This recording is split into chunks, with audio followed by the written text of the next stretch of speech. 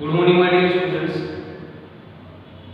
Last class में हम लोगों ने एक पोएम के बारे में डिस्कस किया था और पढ़ा था द स्नेल।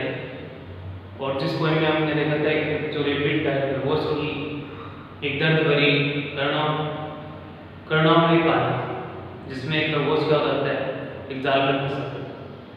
और आज हम एक नई पोएम के बारे में चर्चा करने जा रहे हैं जिसका नाम क्या है, noble nature. My dear students, आप लोगों से रोजाना मैं एक चीज़ बोलता हूँ, उस चीज़ का आप पूरा ख्याल रखिए कि आप लोग ईयरफोन या हेडफोन का प्रयोग करिए। दूसरी बात, अगर आपको वीडियो बोर्ड पे लिखी हुई स्क्रीन पे कुछ वर्ड्स या मटेरियल नहीं दिखाई दे रहा है तो आप वीडियो की क्वालिटी को इंक्रीज जरूर करिए। तो सबसे पहली बात तो ये कि हम लोग क्या नहीं कर पा रहे, एक रेगुलर स्टडी नहीं कर पा रहे। इसी वजह से हम लोग क्या नहीं कर पा रहे कि रेगुलर स्टडी नहीं होने के कारण से हम लोग ना किसी सब्जेक्ट को प्रॉपर टाइम दे पा रहे, ना किसी सब्जेक्ट के आपके पास में प्रॉपर वीडियोस, प्रॉपर आपके पास में मटेरियल नहीं पहुंच पाता है। इसी बात को लेकर के मैं आप लोगों से एक रिक्वेस्ट करना चाहता हूँ कि आप लोग क्या करें, आपके पास में आपका सिलेबस है, आप ये उम्मीद ना लगा करके बैठे कि सिलेबस आधा कट हो जाएगा, ऐसा कुछ होगा, ये काम कब होगा या नहीं होगा इसके बारे में अभी भी किसी के पास में कोई विचार नहीं, ज़्यादा टाइम नहीं निकला है। हो सकता है नेक्स्ट 1 अगस्त से हमारी स्कूल शुरू भी हो सकती है और नहीं भी हो तो इससे कोई फर्क नहीं पड़ने वाला। फर्क बस इतना पड़ने वाला है कि आप लोग जो ये वीडियोज आपके पास में आ रहे हैं इसको आप लोग पूरा टाइम दें, और इनको टाइम देने के साथ साथ में आपको ये केवल आधार बताया जा रहा है, एक आपका बेसिक पॉइंट है, यहाँ से बेस से आप शुरू कर सकते हैं। ये नहीं कि आपको वीडियोज के माध्यम से सब कुछ पहुंचाया जा सकता है, पॉसिबल ही नहीं है। इसलिए आपसे रिक्वेस्ट करना चाहता हूँ कि आप लोगों को जितना मटेरियल मिल रहा है उसी के बेस को लेते हुए, जैसे हमने 7 जो poem of my poem complete कर चुके हैं, द स्नेल पोएम कंप्लीट कर चुके हैं, द होप पोएम कंप्लीट कर चुके हैं, एडवर्टाइजमेंट का जो टॉपिक था उसमें मैट्रिमोनियल हम लोग कंप्लीट कर चुके हैं, क्योंकि उसमें एडवर्टाइजमेंट को आगे वीडियोस के माध्यम से ले जाना मुश्किल होता है, क्योंकि उसमें समझने वाली चीज़ थोड़ी सी ज़्यादा है। और कई बार ये भी होता है कि मैं खुद भी क्या हो जाता हूँ, कुछ पॉइंट्स भूल जाता हूँ आपको बताने से, इसलिए उसमें बहुत बड़ी समस्या आ रही है। क्लास होती है, सामने बच्चे होते हैं, वो बार बार टीचर से पूछते रहते हैं, बार बार याद करवाते रहते हैं, वो सब कुछ पॉसिबल होता है। तो हम लोग पोएम्स को शुरू कर रहे हैं, इसलिए आप लोगों को जितनी पोएम्स पढ़ाई जा रही है इन पोएम्स के वर्ड मीनिंग सुन रहे हैं, इस पोएम की जितनी भी पोएम्स है इनके वर्ड मीनिंग आप कंप्लीटली याद करेंगे, तभी आपको क्वेश्चन आंसर इजी वे में आपको आराम से समझ में आएंगे। और इसी के साथ में वर्ड मीनिंग के साथ में आप जो पोएम्स के क्वेश्चन आंसर्स का मतलब एक स्टैंडर देख करके उसके नीचे 4-4, 5-5 जो छोटे छोटे क्वेश्चन पुट आउट किए गए उन क्वेश्चंस पे आप पूरा ध्यान देंगे और उन क्वेश्चंस को एक बार समझेंगे, उनको सीखने की या उनको याद करने की कोशिश करेंगे। और दूसरी बात, जो आपके टेक्स्ट बुक के अंदर 20 to 30 वर्ड्स, 30 to 40 वर्ड्स ऐसे कुछ क्वेश्चंस है सेक्शन सी के अंदर, सी और बी आते हैं, उसमें ए बी नहीं आते, तो उन क्वेश्चंस को आप याद करना शुरू कर दें। और पोएम्स का एक ही है कि आपकी शायद एक पोएम और रह जाएगी इसके बाद में, द नोबल नेचर के बाद में, और पोएम्स कंप्लीट होने के बाद में इसका मतलब ये हुआ कि हमारा 10 नंबर का क्या हो चुका है, सिलेबस कंप्लीट हो चुका है। और 10 नंबर का मतलब आपका 12% है, 12% आपका सिलेबस क्या हो गया, कंप्लीट हो गया। अब इसमें आप लोगों ने कितना सीखा, क्या नहीं सीखा, क्या आपको समझ में आया, अब वो सब कुछ तो आपसे डिस्कस हो पाना पॉसिबल नहीं है, लेकिन जहाँ तक मेरा मानना है कि आप लोगों ने अच्छी तरह से इसको पढ़ा होगा और आपने पूरी मेहनत और शिद्दत के साथ में, शिद्दत से पढ़ना है, ऐसे नहीं कि आप एक वीडियो खोलने एक बार से पूरी स्पीड में लगाया और जल्दी से पूरा कंप्लीट किया और इसको कॉपी में नोट करें, तभी जाकर के आपको हो सकता है कि आपको कुछ समझ में आए, अन्यथा कुछ नहीं समझ में आए। ओके स्टूडेंट्स, आज हम शुरू कर रहे हैं हमारी जो पोएम है the Nobel nature. Nobel nature का मतलब उद्दत प्रकृति, यानी प्रकृति के ऊपर जो ये हमारी जो पोएम है द नोबल नेचर। नेचर क्या है, नेचर का मतलब प्रकृति, और नोबल, नोबल का मतलब होता है आदर्श के रूप में लेते हैं, उदक प्रकृति के रूप में लेते हैं, प्रकृति का स्वरूप के बारे में अपन चर्चा करें।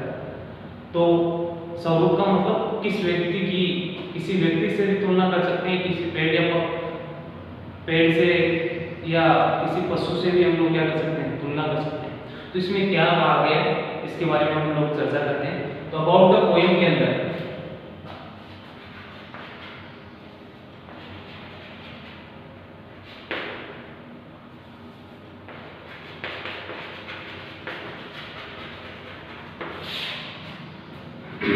अबाउट द पोएम पढ़ते हैं। सबसे पहले अपन देखते हैं इसके जो राइटर है, पोएट कौन है, बेन जॉनसन।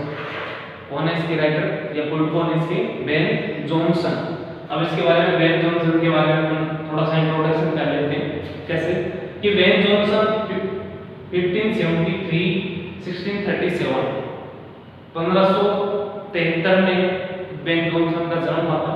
1637 1637 में उनकी क्या हुई थी, मृत्यु हुई थी। was a versatile and dominating literary personality known as a playwright, poet, actor and critic of the 17th century। देखना, बेन जॉनसन जन्म कब हुआ था, 1573, मृत्यु कब हुई 1637। was a versatile। अब ये सब चीजें आपके लिटरेचर में चलती है। जब आप आगे बढ़ करके जब भी कोई एग्जाम देंगे जिसमें इंग्लिश आएगी और इंग्लिश का साहित्य इंक्लूड होगा, उसमें आपसे ये सब चीजें पूछ जाएंगी। वो जो वर्सेटाइल, वर्सेटाइल का मीनिंग क्या होता है, वर्सेटाइल का मीनिंग होता है जीनियस। क्या होता है, जीनियस से ले सकते हैं, इसको अपन हिंदी में क्या बोलते हैं, प्रतिभाशाली, जिसको हम बोल सकते हैं extra ordinary. Versatile and dominating, dominating का मतलब होता है मैन, जिसको हम बोलते हैं या जिसको हम बोलते हैं प्राइम, हिंदी में हम बोल सकते हैं प्रमुख, हिंदी में क्या बोल सकते हैं, प्रमुख। तो वह से वर्सेटाइल प्रतिभाशाली, बहुत ही प्रतिभाशाली, एंड डोमिनेटिंग एक बहुत ही प्रमुख विशेष लिटरेरी पर्सनालिटी। उनका जो व्यक्तित्व था, साहित्यिक जो व्यक्तित्व था, वो बहुत ही प्रतिभाशाली था, बहुत ही प्रमुख, एक विशेष उनका क्या था, व्यक्तित्व था। और known as a playwright, और उनको किस यानी किस परिदृश्य यानी किस नजरिए से उनको देखा जाता था, उनकी पर्सनालिटी की क्या क्या कैरेक्टर्स थी, क्या क्या विशेषताएं थी, कैरेक्टरिस्टिक्स थी, उसके बारे में हम चर्चा करें। वो known as a playwright, किसके रूप में जाने जाते थे वो, प्ले राइट। प्ले राइट का मतलब एक नाट्यकार के रूप में वो जाने जाते थे। पोएट कौन थे, साथ साथ में एक कवि थे जो हमको लिखते थे। एक्टर, एक्टर का मतलब वो एक अभिनेता के रूप में भी अपनी भूमिका निभाते थे। एंड क्रिटिक, क्रिटिक का मतलब आलोचक। आलोचक का मतलब ये नहीं कि हम लोग आलोचना करते हैं, वो आलोचक होता है, कहने का मतलब सही और गलत पक्ष के रूप में राय देने वाला। कोई भी सामाजिक मुद्दा हो या राजनीतिक मुद्दा हो, उसके ऊपर क्रिटिसिज्म जो की जाती है, आलोचना जो की जाती है, जो आलोचक होता है उसको क्या कहते हैं, क्रिटिक। तो ये जो बेन जॉनसन थे वो क्या थे, एक डोमिनेटिंग पर्सनालिटी थी इनकी, और एक वर्सेटाइल पर्सनालिटी। वर्सेटाइल का मतलब एक प्रतिभाशाली व्यक्तित्व के धनी थे, एक प्रमुख विशिष्ट व्यक्तित्व के धनी थे, और उनको प्लेराइट यानी एक नाट्यकार के रूप में भी देखा जाता है, एक कॉमेडियन के रूप में भी देखा जाता है। कॉमेडी प्ले जो प्ले थे उनकी भी वो क्या करते थे, रचना किया करते थे। और उनको पोएट के रूप में, और एक्टर और क्रिटिक, क्रिटिक यानी वो एक आलोचक भी थे। ऑफ द 17th सेंचुरी, कौन सी शताब्दी के, 17वीं शताब्दी के, 17वीं शताब्दी के अंदर इनका जो योगदान था वो किसके क्षेत्र में था, लिटरेचर यानी साहित्य के क्षेत्र में, साहित्य के क्षेत्र में उनका बहुत बड़ा अहम योगदान था। और वो जो अपनी रचनाएं थी उनके द्वारा, वो उन्होंने एक कुछ प्ले के रूप में, कुछ कॉमेडी के रूप में, इस प्रकार से कई प्रकार की रचनाएं की। He is identified for his brilliant classical and realistic comedy. उनको जाना जाता है, उनका नाम बार बार लिया जाता है, किस कारण से कि for his brilliant classical, classical का मतलब जो उसके शास्त्रीय मुद्दे थे। ब्रिलियंट का मतलब, ब्रिलियंट का मतलब अपन ले सकते हैं जो अच्छे, जो बहुत बड़े मुद्दे के रूप में उभरते हैं, शास्त्रीय जो मुद्दे थे। एंड रियलिस्टिक कॉमेडी, और वास्तविक जीवन से जुड़ी हुई जो कॉमेडी का मतलब होता है सुखांत नाटक, वास्तविक जीवन से जुड़े हुए जो नाटक थे जिसमें हास्यास्पद नाटक जिसको अपन बोल सकते हैं, जो क्या होती है कॉमेडी होती है। तो ऐसे कॉमेडी नाटक के बाद लिए और जो ब्रिलियंट क्लासिकल शास्त्रीय मुद्दे थे उनको लेकर उनका नाम दिया जाता है, क्योंकि इन सब में रियलिस्टिक कॉमेडी के अंदर बेन जॉनसन का महत्वपूर्ण भूमिका थी। हिज मेमोरेबल कॉमेडीज, उनकी जो स्मरणीय, मेमोरेबल का मतलब स्मरणीय, स्मरणीय का मतलब जो बार बार हमको देखने को मिलती है, बार बार हमको याद आती है। बेन जॉनसन का नाम लेते हैं हमारे दिमाग में उनकी जो कॉमेडी रहती है, कॉमेडीज का मतलब जो उनके नाटक थे, एक तो था वोल्पोन, क्या था वोल्पोन, ये अभी नहीं चल रहे हमारे सिलेबस में, जब आप ग्रेजुएशन के टाइम में चलेंगे लिटरेचर के अंदर ये सब चीजें मैंने देखने को मिलती है। वोल्पोन, द अल्केमिस्ट, अल्केमिस्ट जिसको बोलते हैं रासायनिक जिसको बोलते हैं, उनके जो कॉमेडीज नाटक था उसका नाम था alchemist, the alchemist and the silent women. तो ये तीन उनकी क्या थे फेमस कॉमेडीज थी, बहुत ही प्रसिद्ध उनकी कॉमेडीज थी, वोल्पोन, द अल्केमिस्ट और क्या थी द साइलेंट वुमेन। क्लियर है? जैसे कि मैं ये नहीं कहना चाहता कि कुछ बच्चे स्कूल लाइफ में क्या करते हैं लिटरेचर ले लेते, कुछ कॉलेज में जाकर के कॉमर्स के बच्चे भी लिटरेचर लेकर के आर्ट्स में चले जाते हैं, साइंस के बच्चे भी लिटरेचर लेकर के आर्ट्स में आ जाते हैं, बीए करना शुरू कर देते हैं। तो इनमें ये सब चीजें काम आएंगी आपको बाद में भी आपके कम्युनिटी एग्जाम में, कि जो बेन जॉनसन की जो फेमस कॉमेडीज कौन सी है, Volpone, the alchemist, the silent woman. Clear? Next देखते हैं अबाउट द पोएट। इस कविता में क्या है, the Nobel nature. The Nobel nature में देखते हैं, the Nobel nature is a short lyric composed, short lyric का मतलब एक लघु कांड, एक लघु कविता के रूप में जो हमारी पोएम कौन सी है, the Nobel nature, composed by Ben Jonson. Compose का मतलब रचना करना, किसके द्वारा रचित ये कविता हमारी, बेन जॉनसन के द्वारा। जॉनसन के बारे में हम लोगों ने इस तरह से पढ़ लिया। इम्पार्टिंग, इम्पार्टिंग का मतलब होता है प्रभाव छोड़ना, इम्पार्टिंग का मतलब कोई चीज छोड़ना, इम्पार्ट मतलब कोई चीज छोड़ना। Great meaning, great meaning and A message. इस पोएम के माध्यम से, द नोबल नेचर पोएम के माध्यम से जो हमारे कवि है बेन जॉनसन, वो एक रीडर्स के ऊपर एक इम्पार्टिंग मैसेज, यानी वो एक बेन जॉनसन क्या छोड़ते जाते हैं, एक मैसेज छोड़ते हैं, एक संदेश छोड़ते हैं इस कविता के माध्यम से। क्या छोड़ते हैं? टू ह्यूमैनिटी, ह्यूमैनिटी का मतलब मानवता के लिए, मानव के लिए वो एक मैसेज छोड़ के जाते हैं, that we live in deeds. Message क्या होगा कि वी लिव इन डीड्स, हम लोग किस में जीते, अपने कर्मों में जीते। कहने का मतलब कि हम किसके द्वारा हमारी पहचान की जाती है, कर्म के आधार पे, हम क्या कर रहे हैं, कैसा कर रहे हैं, इसके आधार पे इंसान की क्या होती है, पहचान होती है। तो वी लिव इन डीड्स, हम कर्मों में जीते हैं, यानी हम अच्छे कर्म करेंगे तो हमारी इज्जत, हमारा रेपुटेशन अच्छी होगी, हम बुरे कर्म करेंगे तो हमारी इज्जत रेपुटेशन क्या हो जाएगी, मिट्टी में मिल जाएगी। इसलिए आदमी अपने, उनका कहने का जो मैसेज है कि इंसान जो है वो अपने कर्मों से क्या बनता है, ग्रेट बनता है, महान बनता है, महान इंसान अपने कर्मों से बनता है। तो we live in deeds, deeds का मतलब होता है कार्य, डीड्स का मतलब कार्य, वी लिव इन डीड्स, हम अपने कर्मों में जीते हैं, अपने कर्मों के माध्यम से महान बनते हैं। कर्म हमारे लिए सर्वोपरि है।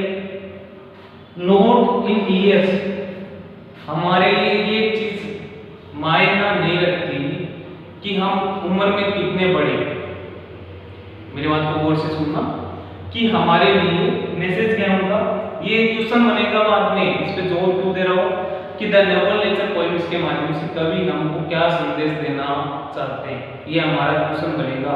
इस क्वेश्चन का आंसर देखना कि वी लिव इन डीड्स, कि हम लोग किस में जीते हैं, कर्मों में जीते हैं, कर्मों से महान बनता है इंसान।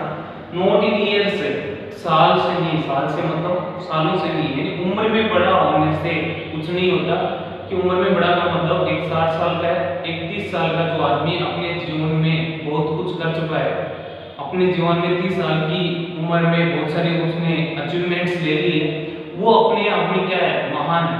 भले इस सामने जो इंसान बैठा वो कितनी उम्र का है, 60 साल का है। हम देखते हैं कि ये जरूरी थोड़ी ना कि हमारे जो सामने जो चेयर है, जिसके ऑर्डर के अनुसार हम चलते हैं, वो हमारे से बड़ा या छोटा है, वो चेयर बोलती है, उसकी अचीवमेंट्स बोलती है, वो हमारे को ऑर्डर देता है, हम लोग उसको क्या करते हैं, फॉलो करते हैं, क्योंकि उसके कर्म हमारे कर्म से क्या है, बड़े, इसलिए वो हमारे से उम्र में छोटा हो सकता है, लेकिन हमारे से वो क्या है, बड़ा है।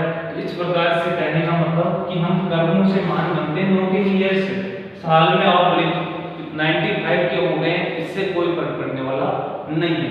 आपने कैसे कर्म किए, इसके आधार पे आपका जो चरित्र है, इसके आधार पे आपको इस दृष्टि से आपको देखा जाएगा कि आप कितने महान हैं। क्लियर? उसके बाद में देखते हैं द पोएट कॉन्ट्रास्ट का मतलब विरोधाभास की स्थिति पैदा करते हैं। मीनिंगलेस एंड अनइम्प्रेसिव, इस वर्ड को देखना कि meaningless and unimpressive long life with A short life. यहाँ पे कवि जो शॉर्ट लाइफ कैसी है, full of heroic and virtuous deeds, कि यहाँ पे कवि कहना क्या चाहते हैं, क्या कर रहे हैं इस कविता के माध्यम से, कवि क्या कर रहे हैं, क्या बता रहे हैं कि यहाँ पे कवि के द्वारा एक विरोधाभास की स्थिति, एक तुलना की जाती है। विरोधाभास का स्थिति का मतलब एक तुलना की जाती है किसकी, कि एक तो ऐसा जीवन है जो कैसा है, मीनिंगलेस है एंड अनइम्प्रेसिव, यानी जिसका कोई प्रभावहीन उसका जो जीवन है, मीनिंगलेस है अर्थहीन जो जीवन है, उसकी तुलना एक शॉर्ट लाइफ, एक छोटे से जीवन काल से की गई है, जो छोटा सा जीवन काल किससे भरा हुआ है, full of heroic deeds, full of किससे भरा हुआ है, हेरोइक डीड्स, यानी बहादुरीपूर्ण कार्यों से भरा हुआ है, वर्चुअस डीड्स। और वर्चुअस का मतलब शुद्धता से ले सकते हैं, कहने मतलब अच्छे कर्मों से भरा हुआ है। बाय ड्राइंग टू सिंबल्स, और इसमें दो सिंबल्स के माध्यम से, दो प्रतीकात्मक वस्तुओं के माध्यम से, दो प्रतीकों का यूज करते हुए, प्रतीकों के माध्यम से कवि यहाँ पे लॉन्ग लाइफ की, ये क्वेश्चन बनेगा, क्वेश्चन का आंसर देना पड़ेगा आपको। लॉन्ग लाइफ कैसी है, मीनिंगलेस एंड अनइम्प्रेसिव, अर्थहीन एंड प्रभावहीन जो जीवन है, लॉन्ग लाइफ में एक लंबा जीवन की तुलना एक ऐसे जीवन, ऐसा जीवन का मतलब शॉर्ट लाइफ, एक शॉर्ट लाइफ का मतलब छोटे जीवन से की गई है, जो किससे भरा हुआ है, full of heroic and virtuous deeds, जो किससे भरा हुआ है, अच्छे यानी हेरोइक यानी बहादुरीपूर्ण और अच्छे कर्मों से जो कोई इंसान का छोटा सा जीवन भरा हुआ है, उसकी तुलना करते हैं। और किसके माध्यम से, दो प्रतीकात्मक वस्तुओं के माध्यम से, दो प्रतीकात्मक एग्जांपल्स के माध्यम से। कैसे? By drawing two symbols from nature यानी प्रकृति के माध्यम, प्रकृति से वो क्या लिखते हैं, दो सिंबल्स का प्रयोग करते हैं। दो सिंबल्स कौन से हैं, an oak and a lily. क्या है, एक तो किसका, ओ का मतलब, ओ तो एक क्या होता है, पेड़ होता है, और लिली का भी क्या होता है, पेड़ होता है। इस कविता के बारे में मैं मेरे हिसाब से आपको बताता हूँ कि इस कविता में यहाँ पे कवि क्या करता है, एक जो लंबा जीवन है, जो मीनिंगलेस एंड अनइम्प्रेसिव है, उस जीवन से एक शॉर्ट लाइफ से तुलना करते हैं, दो प्रतीकों के माध्यम से। शॉर्ट लाइफ कैसी, हेरोइक डीड्स से फुल ऑफ भरी हुई है, और उसकी तुलना करते हैं। टू सिंबल्स लिए गए यहाँ में कवि प्रकृति से, जो एक तो एन ओ का पेड़ है, और दूसरा आपका एक लिली का पौधा है। यहाँ पे कवि कह रहे हैं कि लिली का जो पौधा है, वो एक छोटा सा जीवन काल किसका है, छोटा लिली का, और एक ओक का पेड़ होता है जो लंबा होता है, उसका जो जीवन काल है वो क्या है, एक लॉन्ग लाइफ यानी एक लंबा जीवन होता है। लेकिन दोनों में से इम्पोर्टेंस, जो महत्वता है, वो किसकी अधिक है, ये इस कविता के माध्यम से हमारे को बताना चाहते हैं। आप इसको एक बार दोबारा देख सकते हैं।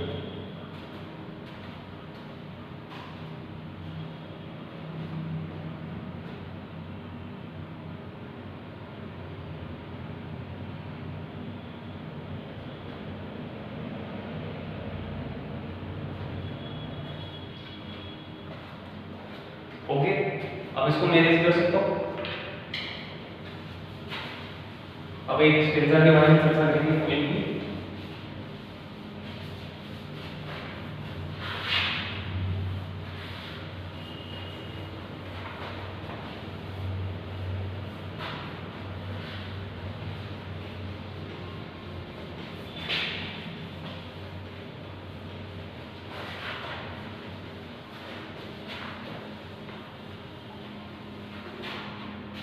एक्सचेंज आपके सामने नोट कर रहा हूँ, तो देखो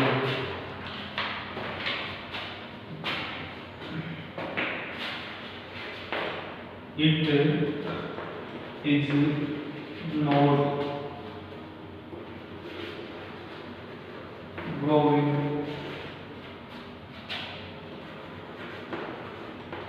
like a tree. It is not growing like a tree in bulk.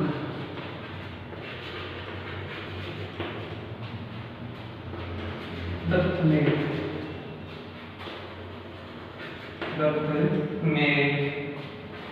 मैं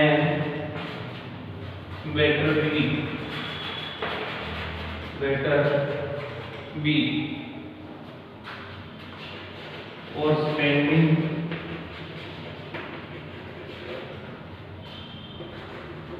long and off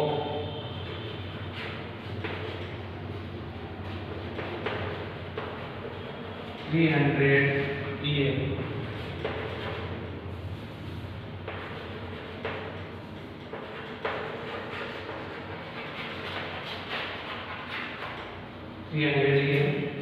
To fall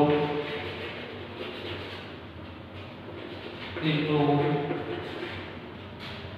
at last.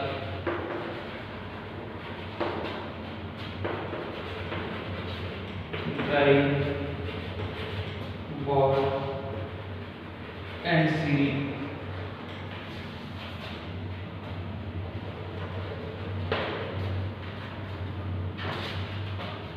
ये आपका जो फर्स्ट स्टेंजा है, द नोबल नेचर जो हमारी पोएम, इसका जो फर्स्ट स्टेंजा है उसके बारे में हम चर्चा करेंगे। सेकंड स्टेंजा नेक्स्ट क्लास में देखेंगे। फर्स्ट स्टेंजा के बारे में हम चर्चा करते हैं कि it is not growing like a tree in bulk doth में मैन बेटर बी और standing long and walk 300 year to fall a log at last dry bald and sere. Clear? अब इस कविता के माध्यम से आपको जो कविता का मैसेज था उसको ध्यान में रखना है कि दो यहाँ पे कवि माध्यम यानी दो सिंबल्स का प्रयोग करता है। किसका सिंबल्स का प्रयोग करता है? एक तो यहाँ पे ओक की चर्चा हो रही है और एक यहाँ पे ओक का नेक्स्ट जो स्टेंजा आएगा वो किसका आपका लिली का। किसका है? लिली का। तो इसका मतलब यहाँ पे हम देखेंगे एक तो ओक का पेड़, दूसरा हमारा लिली का जो पौधा है, उन दोनों के बीच में तुलना की है। अब ओक का जो वर्णन है, ओक का पेड़ यानी ओक का पेड़ का मतलब यहाँ पे किससे दिया गया है? Long life and long life कैसी है? अरे ये कविता बहुत इंपॉर्टेंट है। मीनिंगलेस एंड कैसी है? अनइम्प्रेसिव।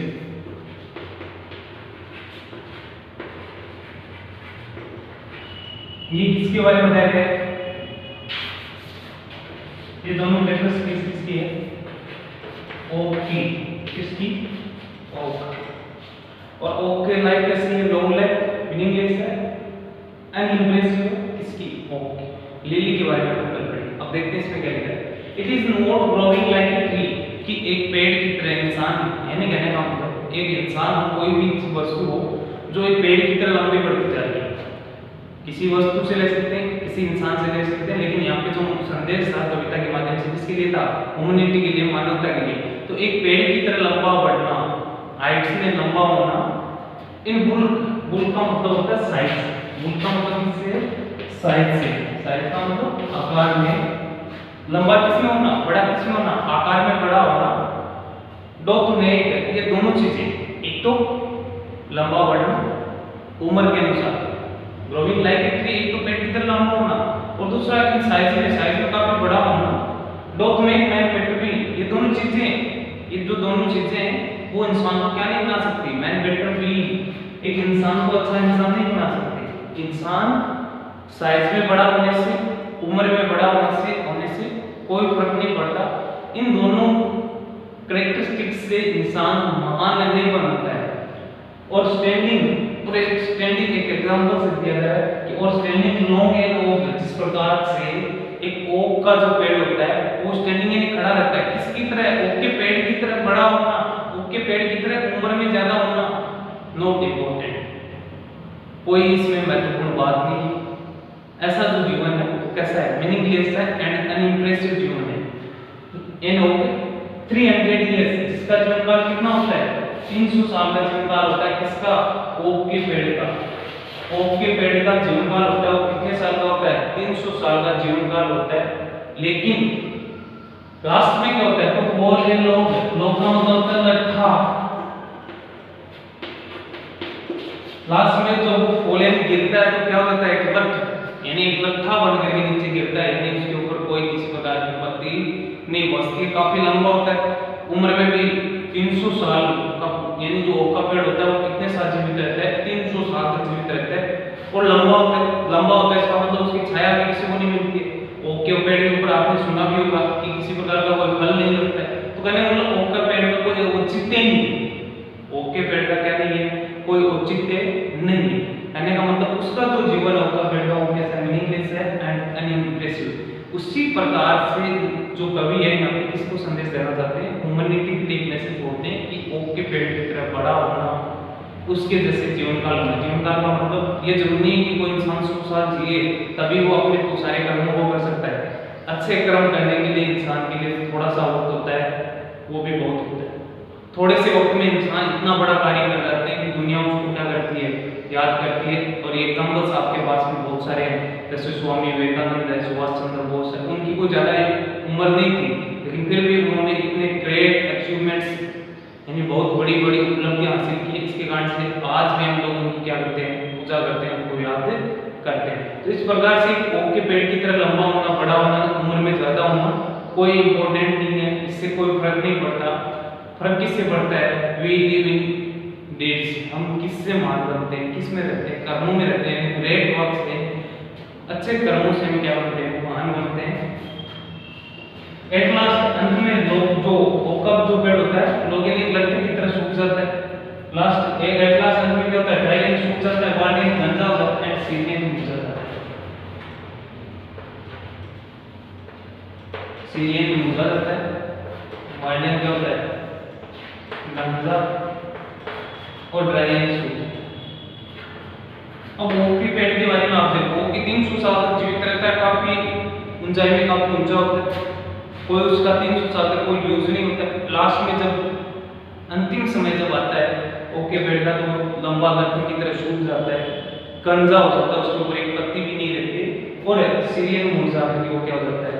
अंत में गिर जाता है, पोलियन क्या हो जाता है?